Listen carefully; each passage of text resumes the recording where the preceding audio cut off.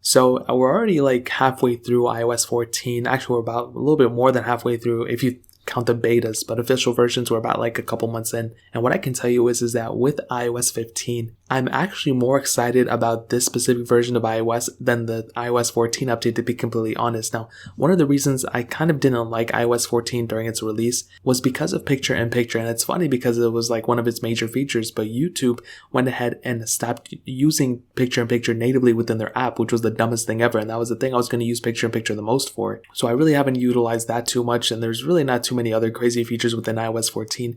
But with iOS 15, this should be the next pinnacle that I'm actually really happy about. And besides the widgets on iOS 14, what I can tell you is that iOS 15, if Apple does this is going to be some really awesome stuff. Now, first of all, it should be coming out around that June timeframe of 2021. So that's going to be the release date of the beta, but we're not going to see the official version until September 2021. So keep that in mind. It's not coming out like the day of June. It's coming out in September or maybe even October, depending on when, the release cycle is next year. But the official version, when it's going to come onto your phone, it's going to be on that September timeframe. But for beta testers and developers, that's going to come out in June. Now, I think the major feature, and I have no way to corroborate this, but I'm just going to put it out there as I do every year. I think the major feature that Apple's probably going to end up bringing is split screen multitasking. And the reason I say that is because, first of all, iPads already have it. A lot of other devices already have it. It's just a given. But on top of that, these phones that we have are only getting bigger and bigger. With the 12 Pro Max,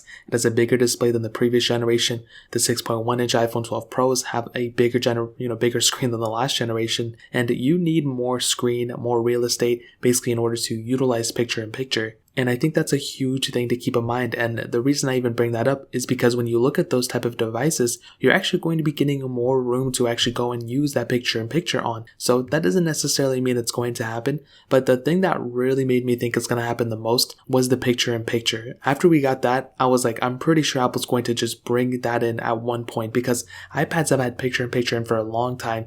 And Apple could have easily brought split-screen multitasking this time, but they didn't. And I think they did it for a reason. So because of that, I want to assume that Apple is probably going to go ahead and bring split screen multitasking into iOS 15. And if they were to do that, that would be some really awesome stuff, and I would be so happy about that. Now, the second thing that Apple could potentially be releasing with this, which I'm not really crazy obsessed with, are widgets on lock screen. So, when you go ahead and unlock your phone and all that stuff, there could potentially be a way that Apple's going to go ahead and, give you a, widgets on the lock screen. So I think that would be really cool. Basically the same widgets we already have, just on the lock screen, so you can see a lot of different information. So I think that would be really awesome without swiping off to the side or going onto your main screen. You'll be able to see your widgets on your phone screen itself. Now, the next thing is probably FaceTime screen sharing. So just like how we have on Zoom and Google Meets and all that stuff, we can share our screen and share our whatever. Now with FaceTime, potentially with iOS 15, we could be able to go ahead and share our phone screen within FaceTime. So that would be really cool if people want to go ahead